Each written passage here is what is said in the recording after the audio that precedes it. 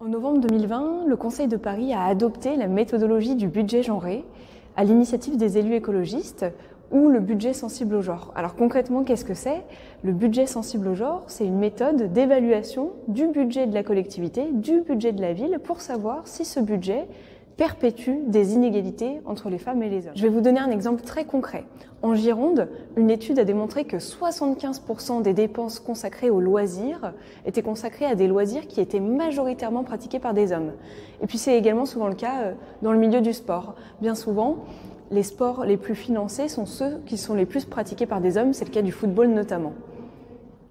Une fois que l'on sait ça, et que la collectivité, que la ville de Paris a pu évaluer l'intégralité de ses dépenses, l'objectif c'est de pouvoir retrouver un équilibre, c'est de pouvoir rectifier le tir, c'est de pouvoir réparer les inégalités entre les femmes et les hommes que l'on a pu percevoir, et que ce soit dans le domaine de la culture, dans le domaine du sport, dans le domaine de l'aménagement de l'espace public ou encore dans les contrats de marché public. Si demain on s'aperçoit, après avoir évalué le budget de la ville, que les activités sportives pratiquées par les hommes sont plus financées que celles pratiquées par les femmes, alors on pourra rééquilibrer la balance, par exemple en octroyant davantage de subventions aux clubs qui pratiquent l'inclusion du public féminin ou alors en investissant pour des équipements qui seraient utilisés majoritairement par les femmes. Vous l'aurez compris, adopter un budget genré est primordial pour mettre au cœur de toutes les politiques publiques parisiennes la question de l'égalité entre les femmes et les hommes.